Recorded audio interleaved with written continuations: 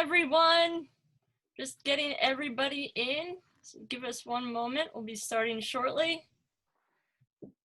Hey, Kate. Hi, Alex. How are you doing? Good, thank you. Hey, Bruce. Hello, Alex. Good I'm to so see you. used to commanding the Zoom thing with my class. It's like I have to resist playing around with all the buttons. Kate, I can't do anything on my end anyway, right? No, it's all right. Don't worry about it. I'll take care of it. You let me know what you need. No, I don't want to do anything. I just want to, in case I get too crazy, you can cut me off. It's okay. I usually get in trouble and press too many of the buttons anyway. All right. Hi, everyone. Good afternoon. Thank you so much for joining us again today. Welcome to Artist Encounters. Today, we're joined by Bruce Lieberman. He's going to be giving us a tour of his studio, talking about some of his current work, and we'll have a nice Q&A discussion. Before I begin, I just want to introduce you to our Zoom platform. Please keep your monitor muted unless you have a question, and I will unmute you. If you'd like to ask Bruce a question, you can let us know in the chat feature below at the bottom of your screen. There's also a raise your hand feature in the more column. And there's also the ability to give a reaction. So you don't necessarily have to talk, but if you'd like to give Bruce a thumbs up or a hands clap, there's a little reaction button down there. You can make your voice known. And you can text too. You can text, yep, you can drop your messages. I like to talk. We prefer, just because there's a lot of people, that you keep it muted unless you've raised your hand. All right, so with that, I'm going to turn it over to Bruce. Hey, everybody. Welcome to my studio. Zoom is sort of difficult. Like, I see my own face, I feel like I'm in darkness.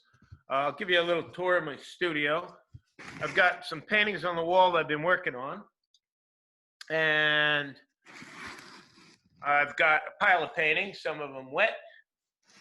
And I'll just take you on a grand tour and get you real dizzy, and then I'll come back. Okay, so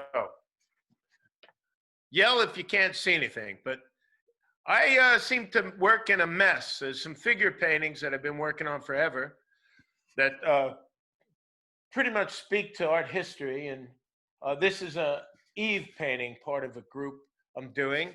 And I also, in some wacky way, I connected to these other paintings about the Odyssey with Penelope and Odysseus.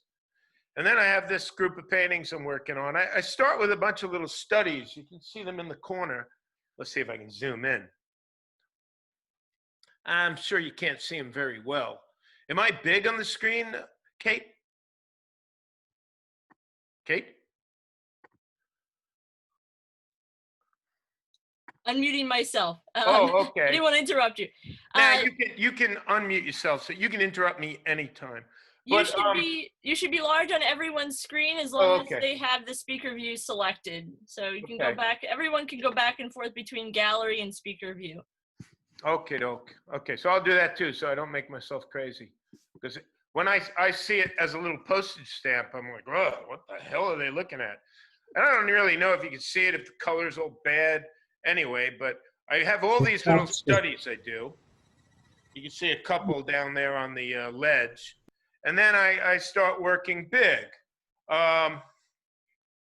So I've got a bunch of them. And it seems like I've been working in the afternoon.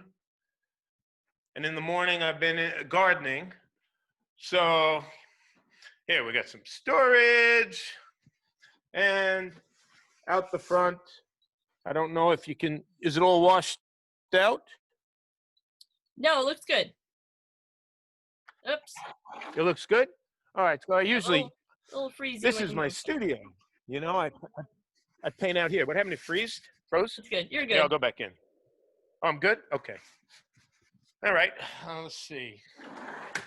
I was told that this sort of thing is of interest. I love my sink, actually. And I have more storage down that way. And we got storage above. And we got storage down here that I have to reboot. And we got the prerequisite skylights that are actually worthless. I should have spoke to a guy like Alex Badlamente before I put him in. But anyway, that's a tour of the place. And I took a picture on my phone of a drawing I did, a preliminary drawing I did on the canvas, because I thought that might be interesting. But then I couldn't figure out how to get it to this format from my phone. But pretty much what I do is I construct the paintings rather abstractly. It's really about sort of relationships, and I see a connection with music. So to me, it's like this multi-textual, multi-layered surface that speaks to each other and dances around the surface. It's also, I can't help being tied to the subject. It's obvious it's a landscape and it's flowers and all this stuff, but it's really an opportunity to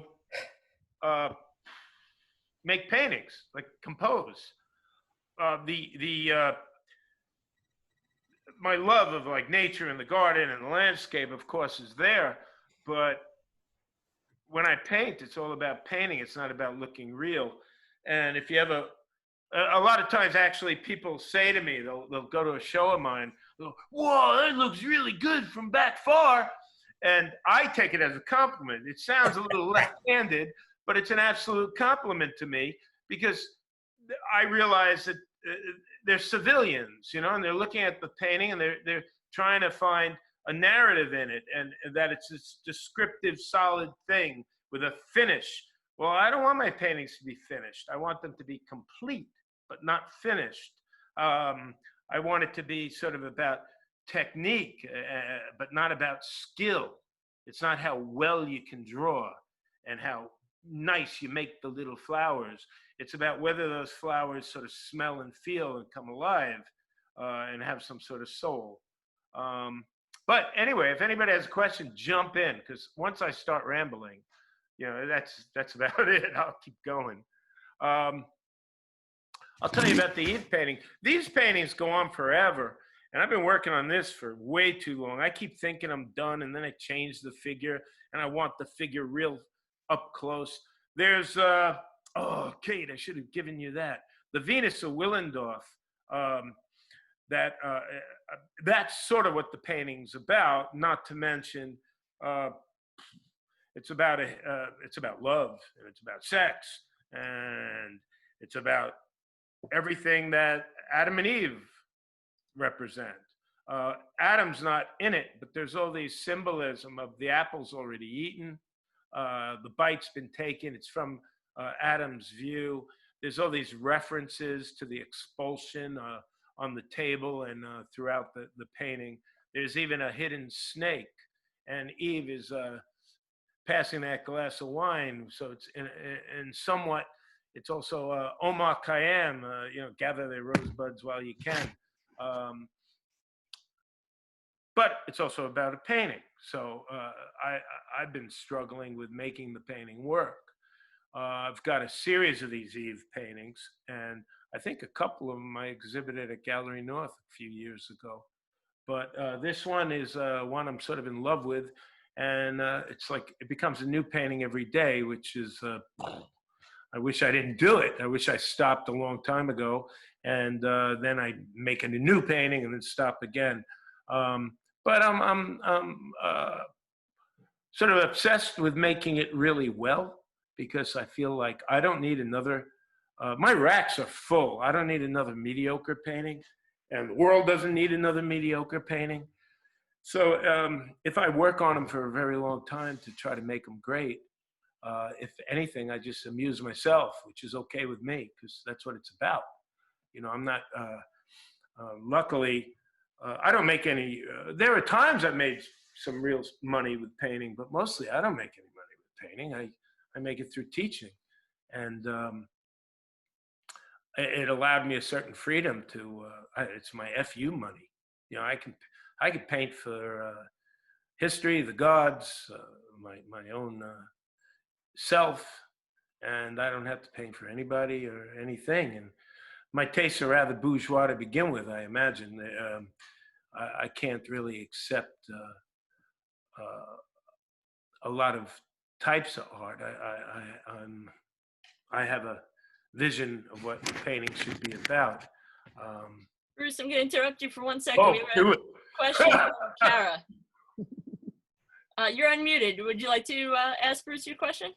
Well, he mentioned that, he does, Bruce, you mentioned that your paintings would never be done, but you hope they would be complete. How do you Well, know? they'll be done, but they're not finished. It's not like Okay, a finished. finish with a slick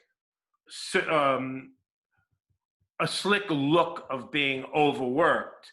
That sometimes is also the fashion nowadays. So how do you determine when it's complete? Well, Manet said they're done when they're abandoned, which there's little of that.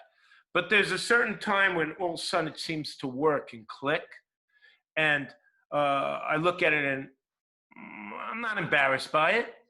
So, There you go.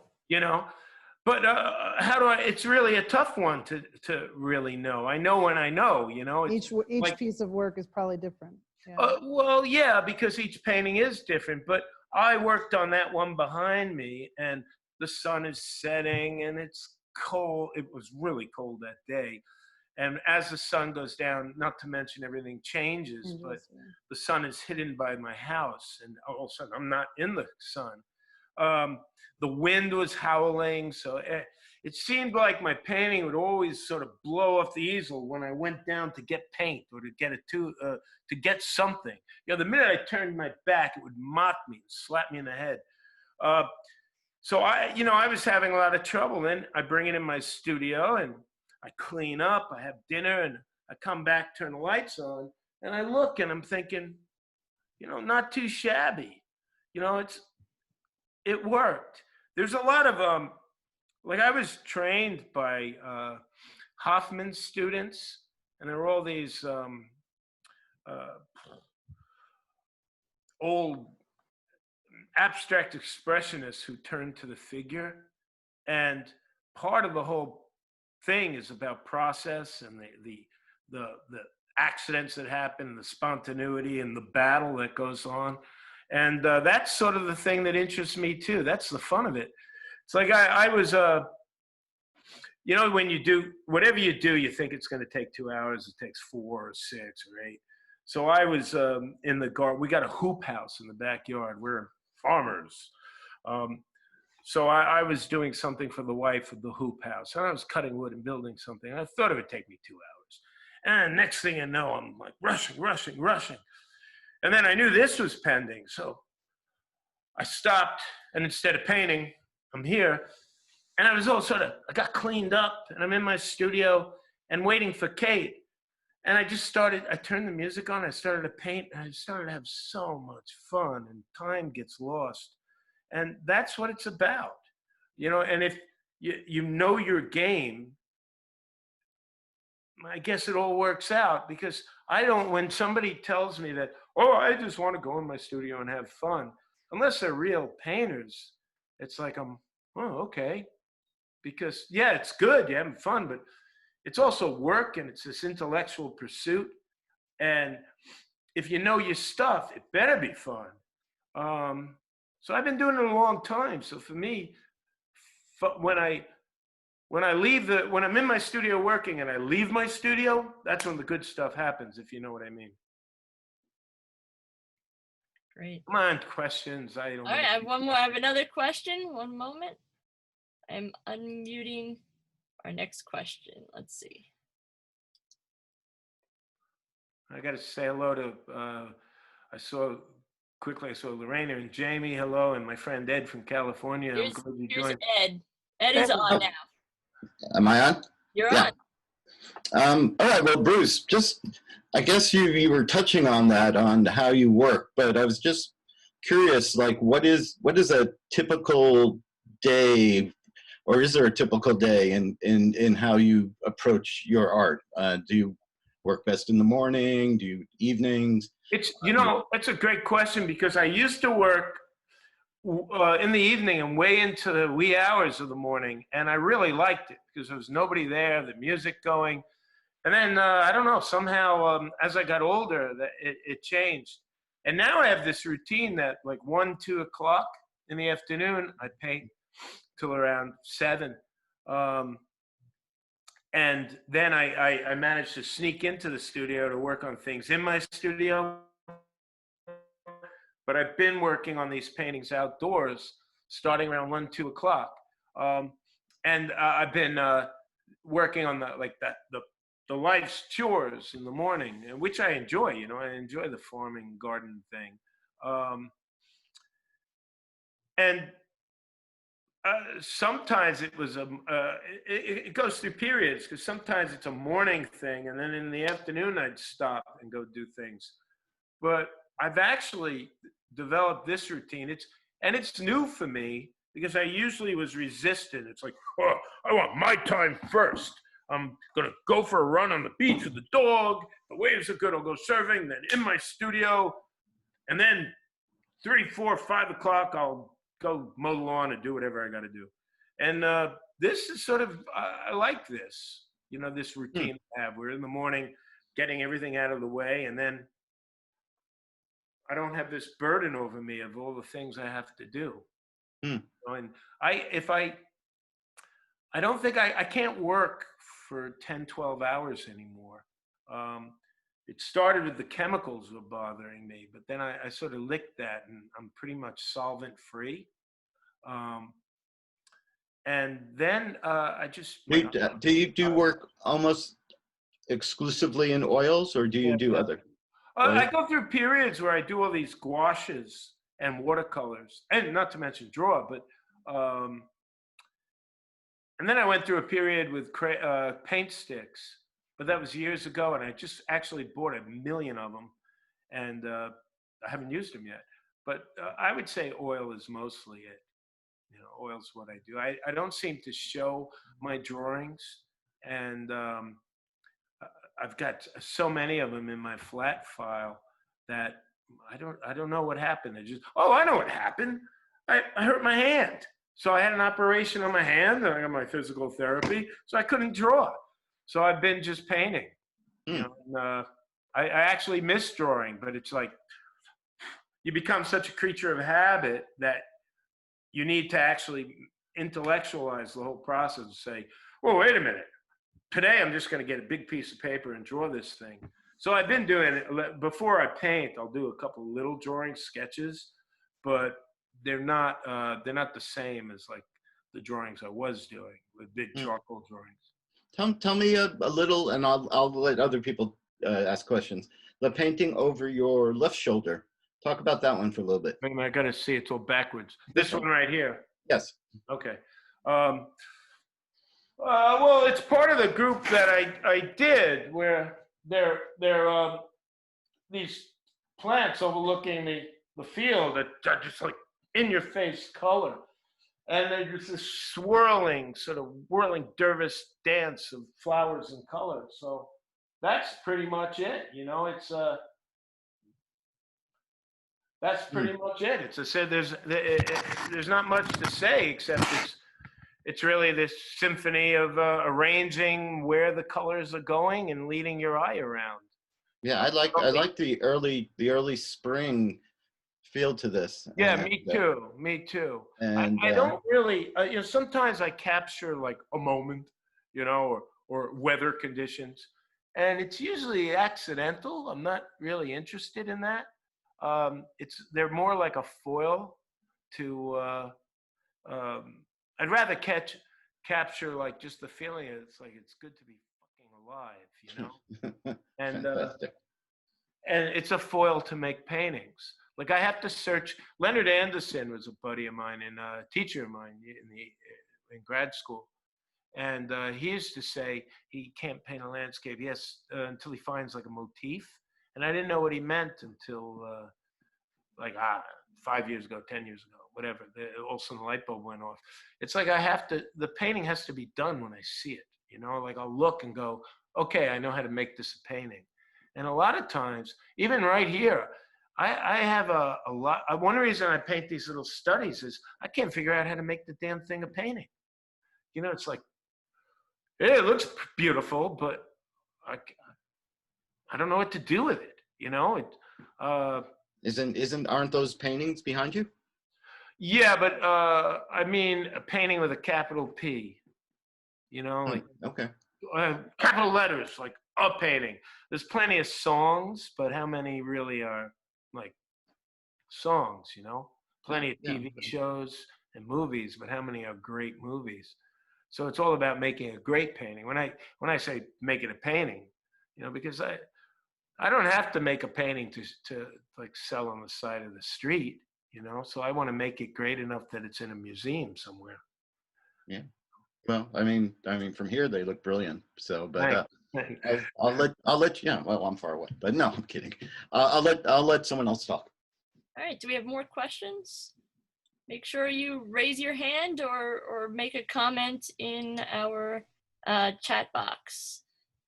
And Bruce, I actually have a question for you. When you do your... And Susan has a question after that, Kate. I just noticed Susan raising her hand. Okay. Go ahead, Kate. What was you going to... Yeah, I was going to ask you about your gardening. I know you do a lot of gardening. And when you do set up the garden for the year, do you ever plant things because you think you might want to paint them, or do you just let the paintings kind of come spontaneously? No, you know, I always plant them like I want to paint them, but it depends who you ask too. At the moment, I would say that Marilyn, my wife, is the gardener because she's just giving orders that I'm following. But there are some years that I've always like gardened, so there's some years that the vegetable garden is mine, but when it comes to the plants and everything, it's one giant still life. You know, it really is. And we fight about it because I have a vision. I can't wait to see this thing here so I can paint it. And she doesn't want it there. So it's like, and she's tougher than I am. So I just do what she says. Susan had a question. Can you unmute her? Yes. Kind of like too late in a way because I can see the paintings. Is there any way You can't that see you them? can get it close up so we could see really what it Sure. looks like? Sure. You know, Susan, what I do with my class, because I know the frustration. I teach in Stony Brook. Well, not in Stony Brook. I teach in my studio to Stony Brook students because of this COVID-19 stuff. But I tell them to take a picture and put it on our class Facebook page because I'm looking at their painting, doing the same thing you're doing. Like, Yeah, trying to see it. Yeah. you know, hard it to seems see. like on Facebook you could do it easier. So I don't know how. Hey, what happens if I go real close? Yeah, better. The Yeah, colors probably will right. mess up. I'll go to a gooey spot. There has to be a technical way of doing a close-up. I wonder. No, beats me. I think Well, I don't know. the one on the left, way on the left, the first one you were talking about. This big one Yes. over here. No, to the left of that. Oh, wait a minute. I'll go back here so we can establish left. Okay. Behind you. The first one, The left. one all the way over that. The one side? that you were talking about with the table scene? With Okay, I'm the headed. Adam and Eve- Right. Let's see. No. Wrong one? The No, Adam and Eve piece. Oh, Adam and Eve. Okay. Right. Gotcha. Let me see if I can get it good because I have to look sideways at it. So I've got Masaccio's Expulsion on the bottom. What else do I have? Oh, I like that. Mania on the left. I And a love pot that. from Costa Rica that turns into a snake. A Ah, couple of half-eaten apples because this party's been raging. There's a seashell that's supposed to be rather sexual that I've demolished and going to put back. And then I've also changed it where Eve was leaning over, reaching the glass towards us more. And then at one point she was further away, so you saw more of a figure. But the Venus of Willendorf is a faceless little figurine to symbolize every woman, the fertility goddess. So I was trying to do the same thing. And of course, I was hoisted by my own petard, and I just made work for myself. So I've had her where she's really close to the table, really far from the table, and now it's sort of in the middle. And I've had, like I said, I had her leaning over, and now I just want to stand her up like a Greek Corey and finish the damn painting so I can make another one. Is it in your website? Do you have a website? I do have a website. You can just Google brucelieberman.com. There it is. But no, I didn't put it on the website, which I'm rather bad because I didn't put any of these new paintings. I mean, I have these. Here, I'll bring you close to these. Mm-hmm.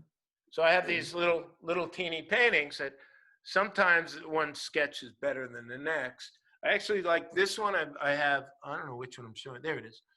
I'm making it big, really, really, really big. And then, I don't know if you can see these little sketches. So sometimes, it used to be, you do these things and you shoot slides of them. And then I could shoot them on the wall and determine so this is part of all the new paintings and nothing's done. Almost done. The little teeny paintings are done. Because they are what they are. They're sort of sketches. So what was I saying? So I would shoot slides, and then you could shoot the slides on the wall, and whoa, that would look great big. Right. So I would know. Now I take the JPEGs and I see them on my computer, and you could imagine that the scale is different. The problem is sometimes the brushstrokes. It's like I might be better off using giant brushstrokes, and I would force myself to do that. But then I find I'm picking up like a brush and doodling around and making a little schmooze in the paint and having all this fun. And don't do that. Go back to try to make it like the sketch. And then at one point I said, yeah, but you like doing this. This is fun. So, I just kept doing it. And it's free. I hope so. I hope it looks that way. Yeah. Great. All right, Thank you. Thanks for the question, Susan. Mhm. we have another question. Unmuting you. Is that Kellen? I think that's Kellen. Hey, Kellen. Hey, how are you? Very good. Artistic question. It's the gardening question. How do you keep the deer out of your garden? Oh, I see on the left there were some questions I should address.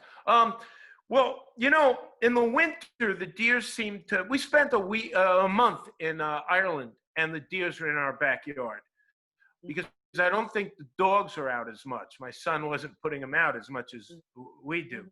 So we have two Labrador retrievers, and they spend most of their day outside. So in the back, where a type of garden is, our vegetables, for instance.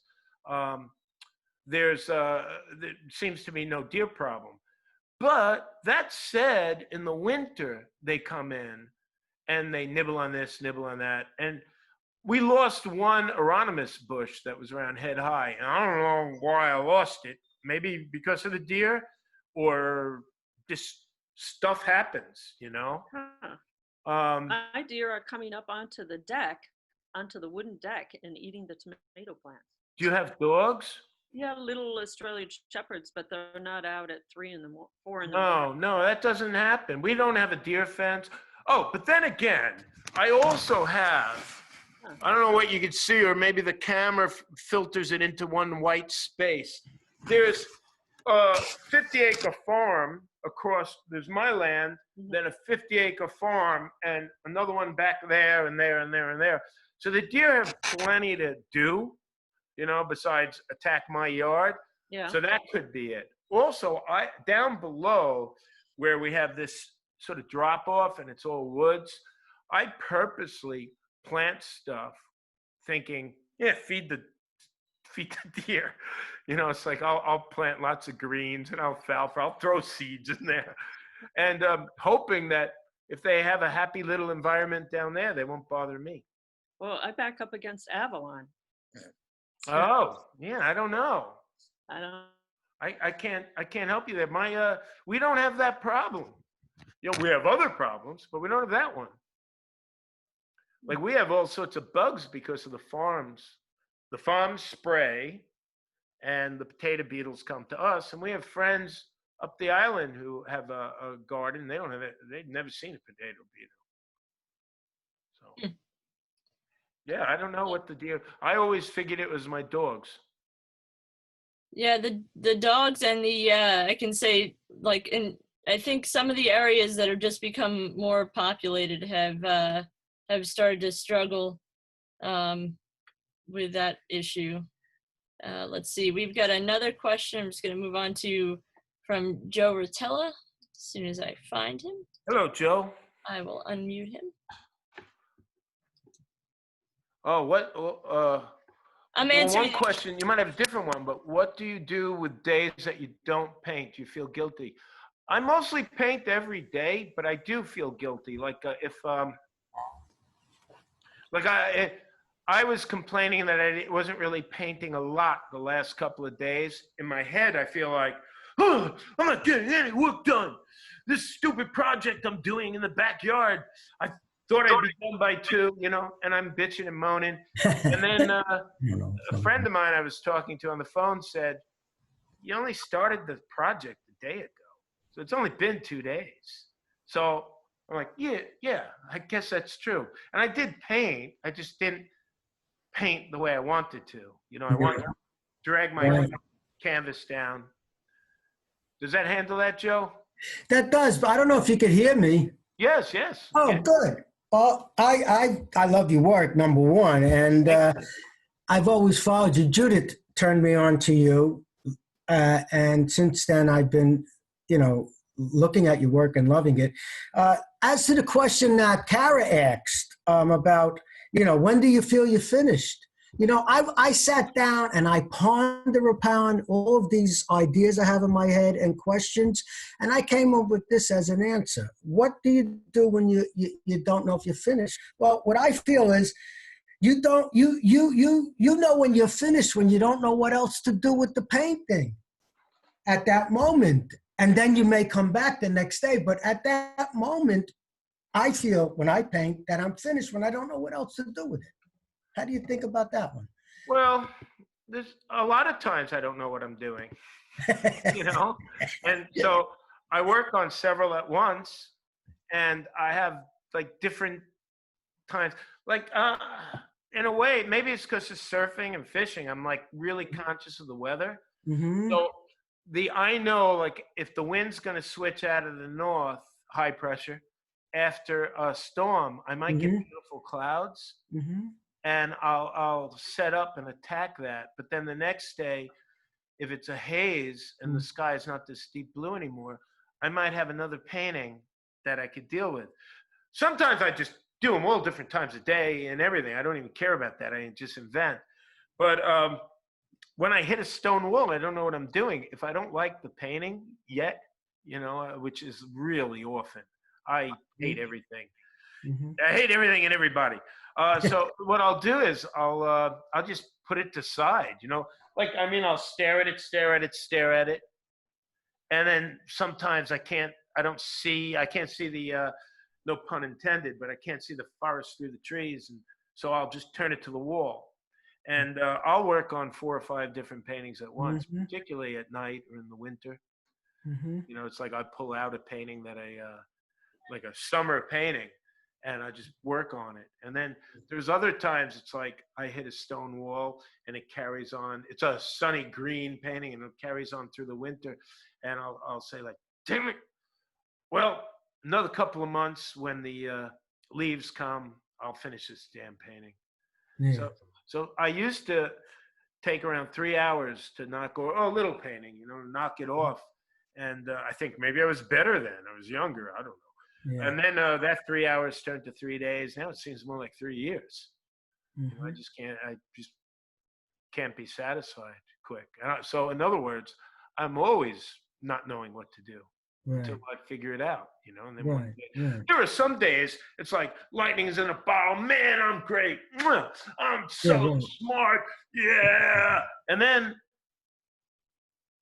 half an hour later, I've totally screwed it up, you know, and it's like 3 steps forward, 4 steps back, 2 steps forward, 1 step back, and hopefully you come out ahead. Mm-hmm. Mm-hmm. Yeah, another thing I got from you was revisiting paintings. I haven't done that before, but now I go back and look at my work and I want to revisit them. And I got a painting downstairs that I have to go and revisit, but I just haven't had the energy or whatever to get back to it. I have My to do it warning today. would be, Huh? remember, like 2 years from now, you might know more. You don't want to go back and work on all the paintings you didn't know as much, you know? Yeah, right. That's what. Done. Mhm. So sometimes you just have to say, that's a good painting. I could make it better, but it's done. I'm not embarrassed by it. It's, 2002, Right. and now it's what is Something new, let it 2020. go. Right? Something new, let it go, move on. That's right? Yeah, yeah. All right. Let me see. Alex says, oh wait, I could go in order actually. Yep, I'm gonna unmute Ed right now. Edward. Let's see. He can. There we go.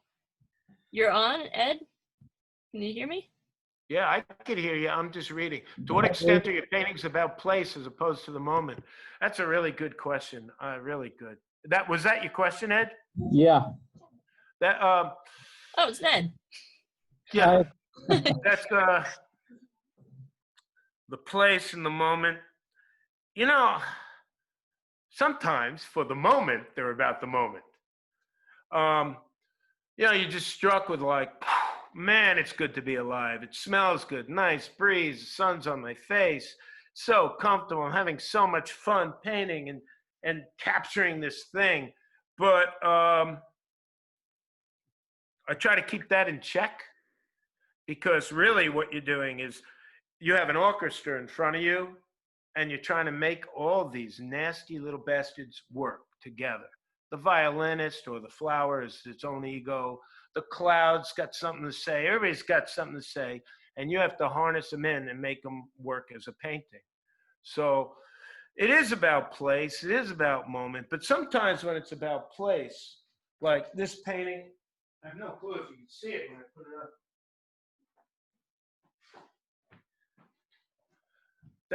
I'll tilt my computer.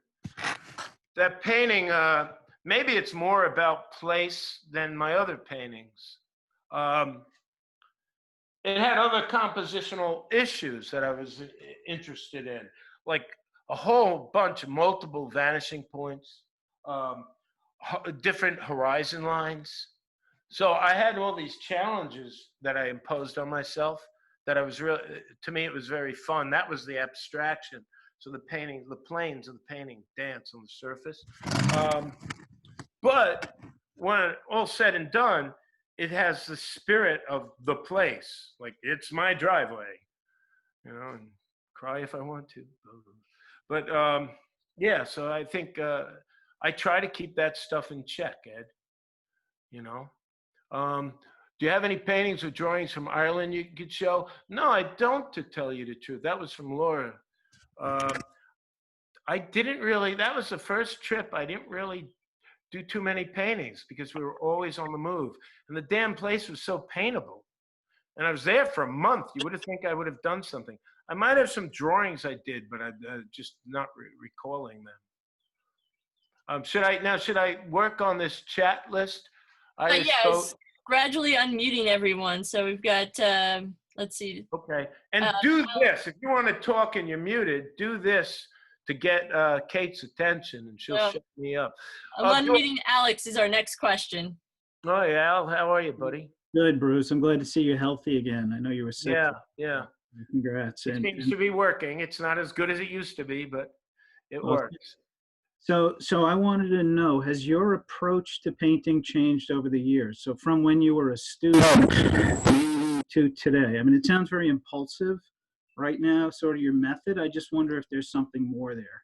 Well, I think it was more impulsive years ago. I was a neo-expressionist in the beginning. And Oskar Kokoschka and David Park, those were my gods. And I think I sort of, when it's easier when you're younger to be wild and crazy. And I think I sort of got a little more tired as I was older and more controlled. I struggle to make it look like it's uncontrolled. Like I want to be this wild, crazy guy, you know, and attack it. So it takes a lot of work to make it look spontaneous. But if I work on it for like 3 years, it's hard to keep that spontaneity. So I have to sort of impose it and make it look fresh. I think like Rubens did that. Those paintings are really worked on. There's lots of glazes and scumbled. There was a show in the Met of unfinished, I don't know what the title was, but it was like unfinished paintings. And you could see Rubens' sketches. It's an indirect style of painting. I don't think he was a slave to that method of painting. I think there's a lot of direct painting in it. I think it has to be. I think good painting usually is. But I think his method, his technique, enabled him to always look like it was painted that day. You know, just this fresh thing. And that's sort of my goal. That's what I strive to. Great. All right. Our next question comes from Dimitri Morgan. Hey, Dimitri, how are you, pal? Doing good. Glad you're okay. All right. Your question is, what music genres do you work with in your sessions, in your studio, and to what extent does it influence your workflow? Well, you and I have talked about jazz, and I can't articulate it.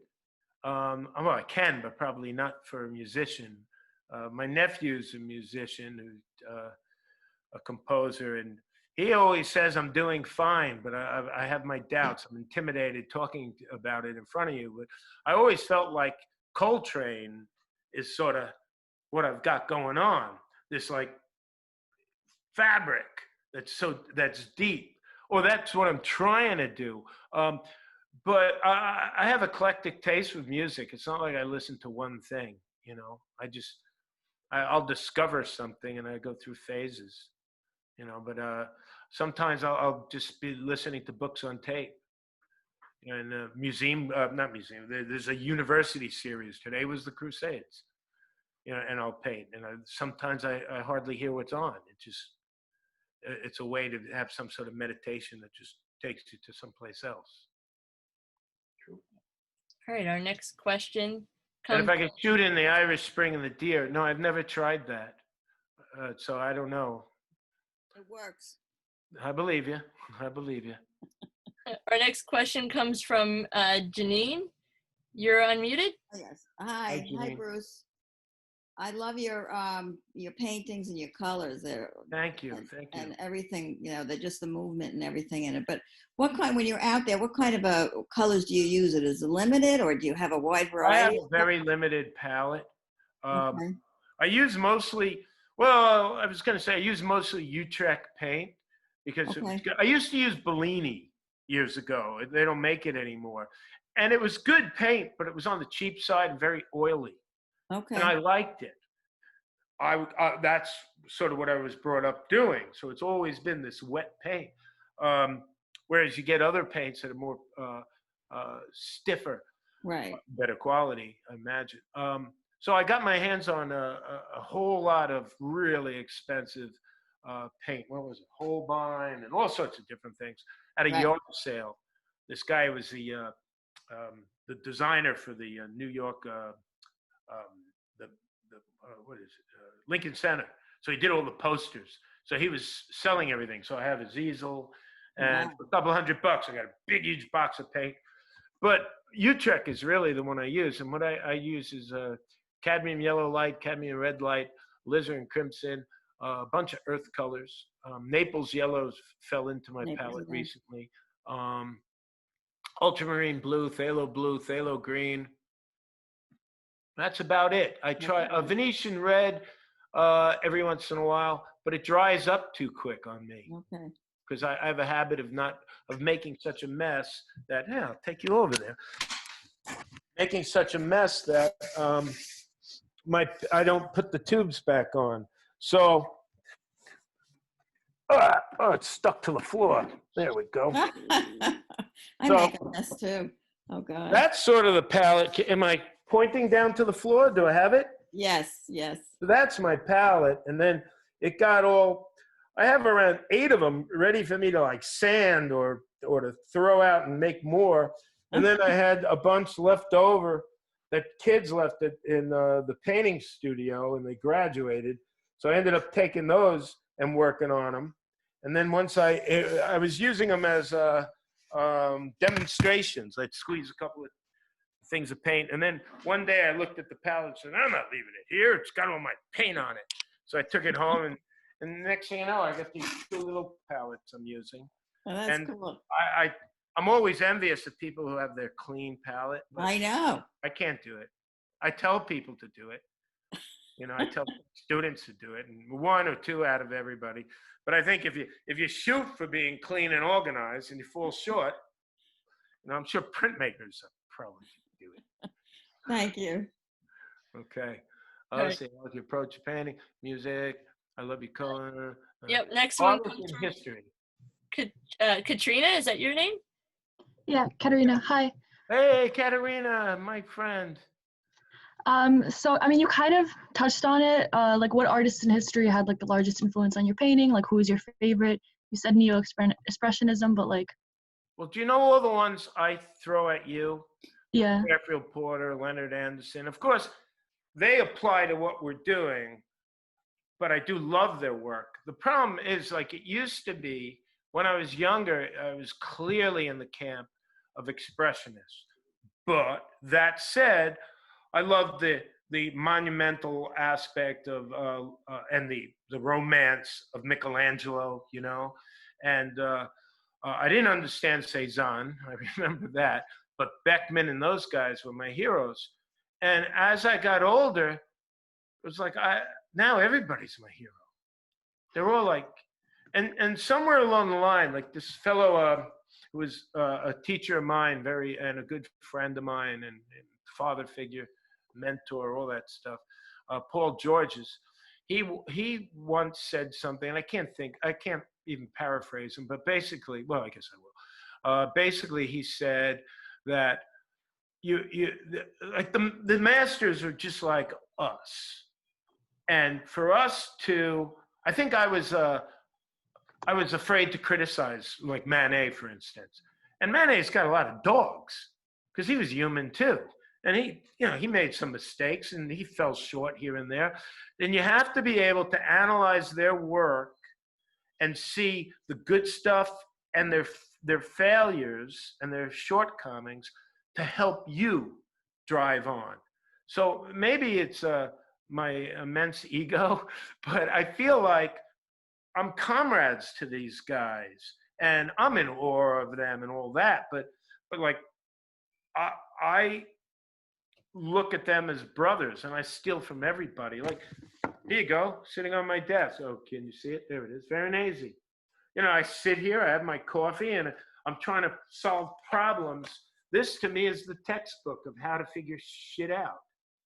You know, and if he doesn't work, then Titian. Do I have anything handy over here? Corot for the landscapes.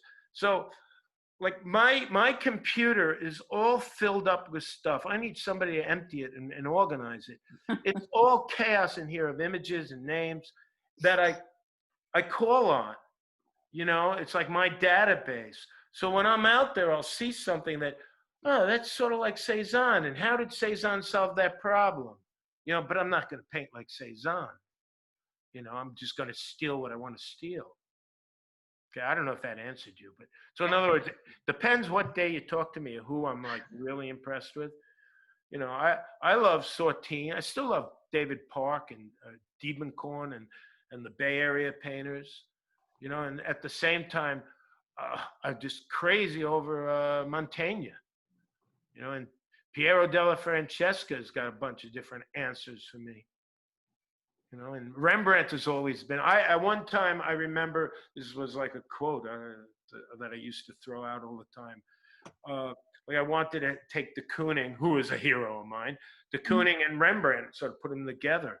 And in a way, I still want to do that. But I think I'm rather more tired, where I just do my thing. I don't have that big of an ambition.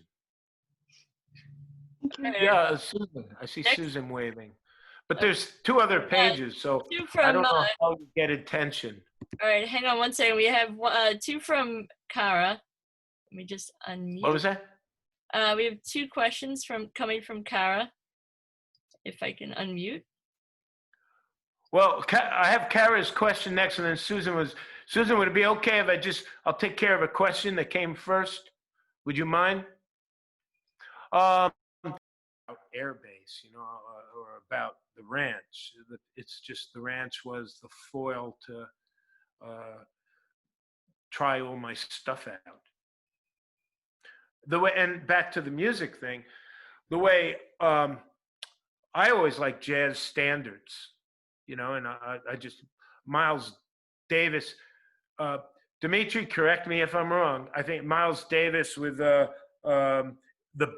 Ring the Bell, the one from Guys and Dolls. I think that's Miles, right? Yeah. Good. Right. And he's not playing that song the way somebody else would play it. He's playing it like Miles Davis. And it's just a foil for him to go. Let's see. Is there more questions? Oh, Susan, you had a question. Oh, she's muted. Can I unmute her? I think I did. Did I? Wait. Susan?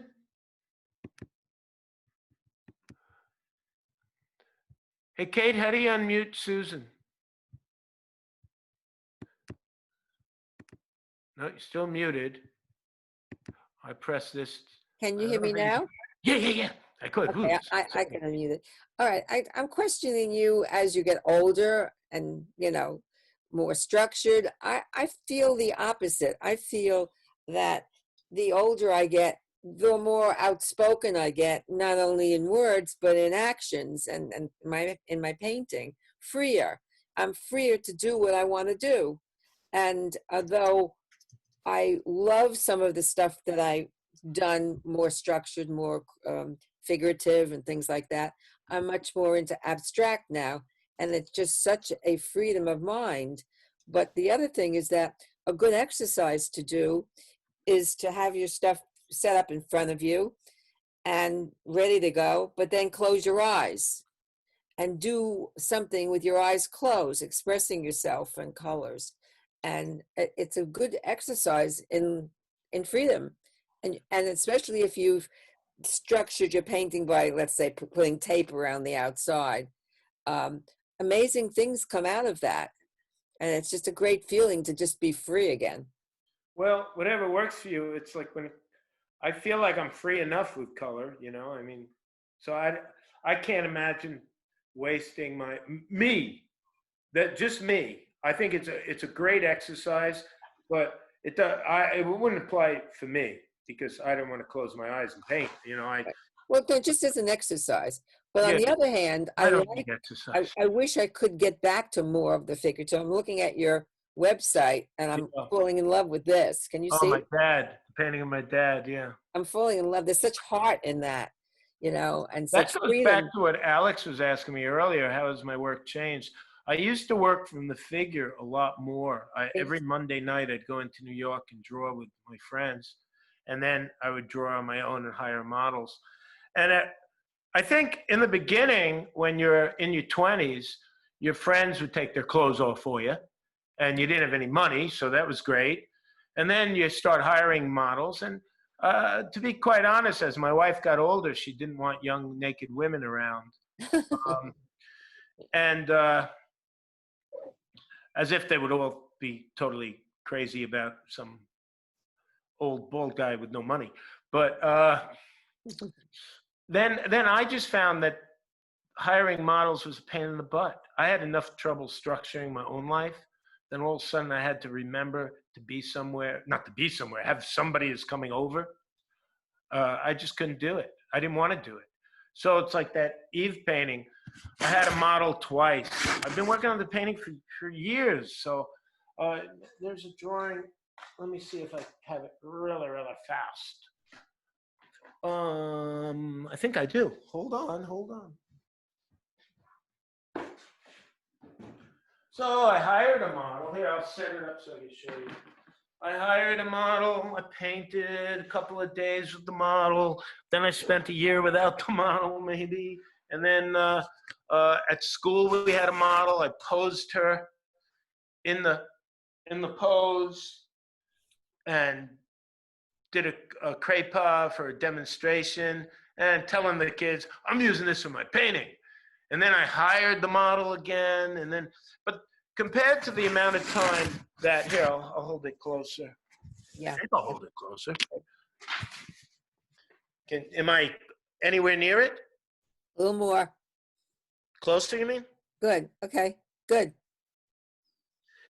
Yeah, so I think 5% of the life of that painting actually had a model.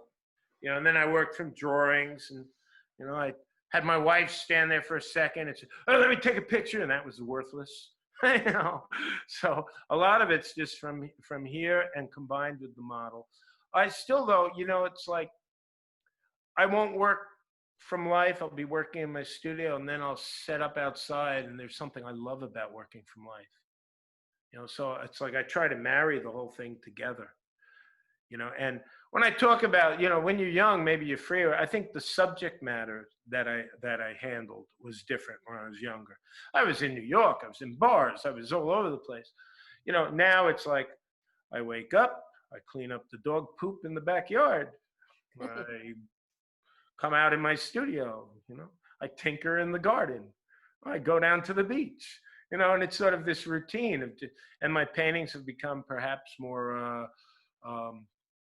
cerebral, you know, but I think the paint's pretty emotional, and I'm always experimenting. I was experimenting. I don't experiment with subject too much, and I don't want to, you know, although I have to admit, I've got a bunch of paintings all about Donald Trump and all the things I'd like to see done to him. So that's like a side thing. And so I could have a show of these Eve paintings and my Donald Trump being drawn and quartered and guillotined and all that. But, you know, then I paint these. And there's a story I always tell. It's a true story, but I always tell it that it sort of sums everything up. I was painting in New York. I was narrative painting. And I would also paint. I believe this big notion of being an artist. Like, I have this Donald Trump getting killed, maimed, and destroyed. And then I have a still life, a portrait, a landscape. And the Donald Trump paintings were more important to me. The big narrative paintings were more important. And I showed in New York a bunch of times, and this new gallery, I left the gallery I had. She actually went back to Korea. And this gallery in Midtown, I had a couple of shows, and I was getting ready for a show, and he was showing the paintings in Florida, and the truck was stolen on the way to Florida. I think it was all just, it's a long story, and I think it was really a cocaine, and this guy went out of business, went underground, blah, blah, blah, blah, blah. But I lost 2 years worth of work. So I got a call from this guy who was an important curator, art writer, historian, Ron Pisano. He was putting on a show, and he wanted some paintings. I told him, I don't have any paintings. They were all stolen, but all I have is still lifes and landscapes. And the guy said to me, landscapes? I'm making a book on Long Island landscape painting. Do you want to send me some images? So I did, and he put me in the book, and I was like the youngest one in the book. And then I started getting calls to show landscapes. And I was like, oh, what about Ronald Reagan getting dragged behind motorcycles? And, you know, these galleries wanted to show the trees, the landscapes, and the still lifes. And I've never said no to a show. So next thing you know, I wake up, and that's what I've been showing. So I've always painted these paintings. And this particular one, the figure paintings and the narratives, it sort of combines the still life and the landscape with the figures. And they're there, you know, it just, there's only so much time in the day and coffee I can drink and energy in the gas tank. Yes. So I lost my little chat box, so I can't even tell. Oh, there it is. Katerina, Rachel, Kara plays collection of, that sounds so beautiful, Kara. Did I answer that one? Music influence? I think I did, right? Kara, wherever you are. Rachel, when you're speaking earlier about keeping spontaneity in your painting, what is your best advice for not overworking a painting? Oh, God, am I the wrong person to ask that? Get back from it, scrape it down, take a rag to it. Picasso had this idea that he would get rid of the best part of his painting. Like there's a shell over there in front of the girl. And I can't tell you how many times I painted around that shell because, man, that was such a good shell. And her pubic hair, I don't know how I painted such good pubic hair. And then one day, 2 years into this painting, I said, this is ridiculous. I just schmoed it all away and repainted it. And, you know, it was liberating. So how do you keep from overworking a painting? Don't be afraid to like destroy things so you can make the whole painting work together. I don't know if that's a good answer, but paint a lot more. And then all of a sudden, I guess it becomes a little more clear, but I still overwork a painting.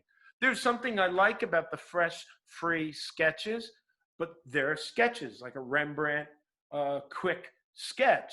And then I got these other things that you labor over. And sometimes I fall in love with the way paint lays down and like it has a whole history, all these marks that build up. And it's different. I dig that too. If you don't like it, you got to scrape it down. Constable painted these big machines that everybody loves. I always loved his little sketches. And we went all the way to, where the hell was it? Western Massachusetts, Clark, I think it's called. And great museum, and all these beautiful little constables. His sketches, his free little, and Turner's. You just have to look at them like they're different. Unless, like I've always been about trying to elevate the sketch. And lately though, it's sort of drifting away, but maybe it's momentary, you know, and maybe I could pull it all together. Maybe it's like a pendulum. Because I think I'm a work in progress. I don't have that much respect for guys who make $100,000 bills over and over and over again.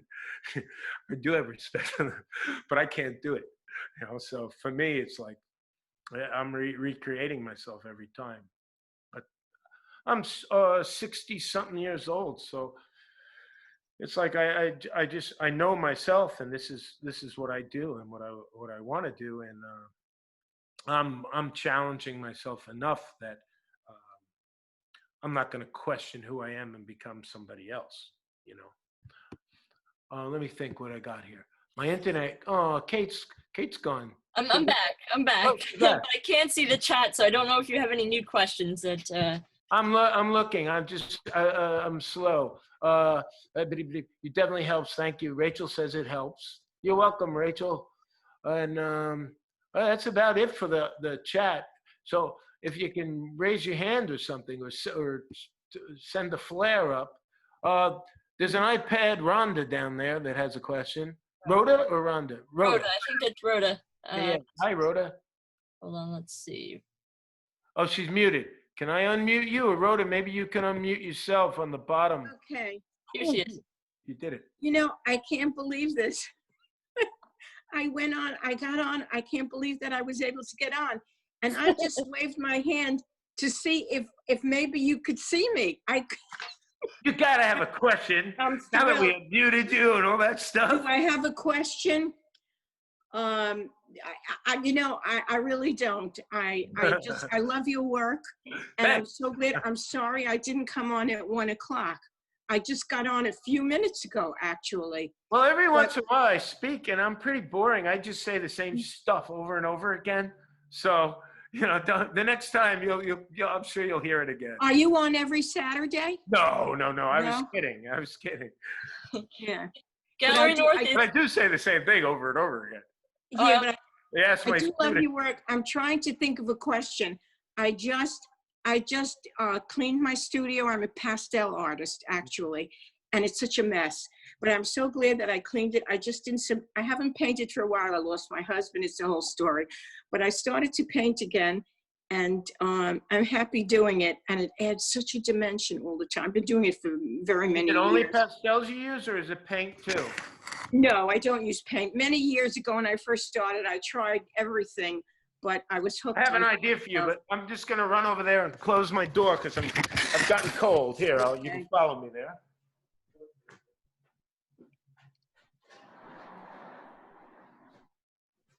All right. You have a beautiful, Freezing. you have a beautiful studio. Thanks. It could be bigger. There's a story there too, but Yeah.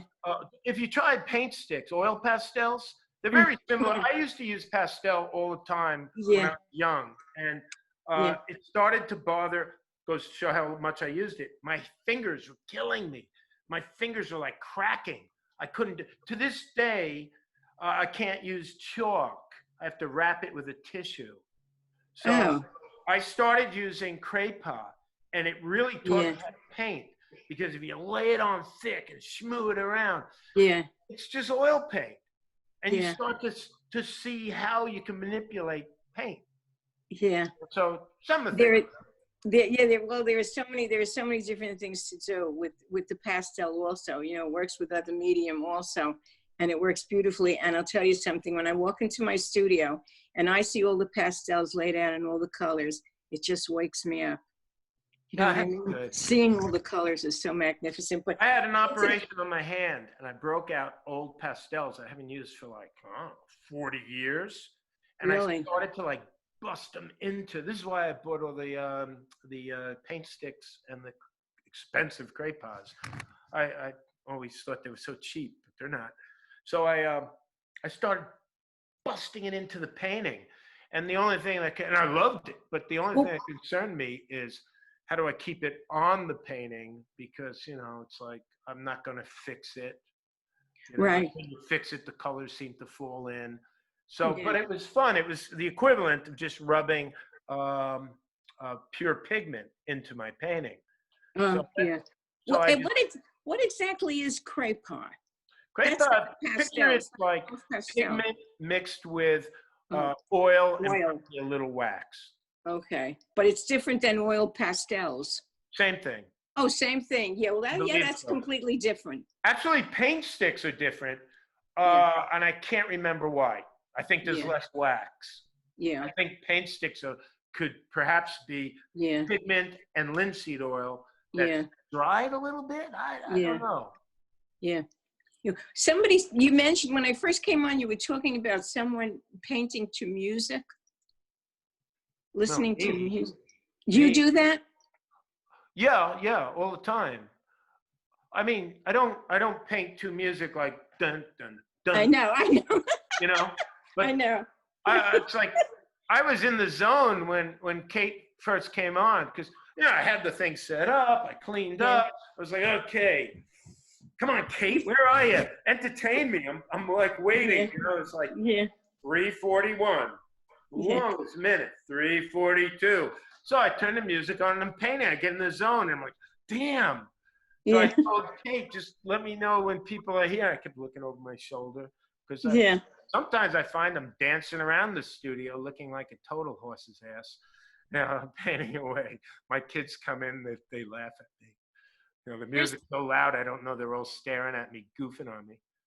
Bruce, I'm sorry to interrupt you, but we're a little after 2 now, so unfortunately we have to wrap it up. Okay. I want to thank you so much for joining us today. Oh, pleasure. Anytime. And I It want was to fun. thank everyone for coming. I put Bruce's website in the chat box. I've also included a link to Gallery North. If you enjoyed this program, please consider becoming a member and helping support us continue to do programs like this. And next week, we'll have another artist encounter. We'll be having artist Lori Horowitz. And make sure to check us out on YouTube. We will have this up as long as my computer that lost its internet connection didn't lose the recording of this.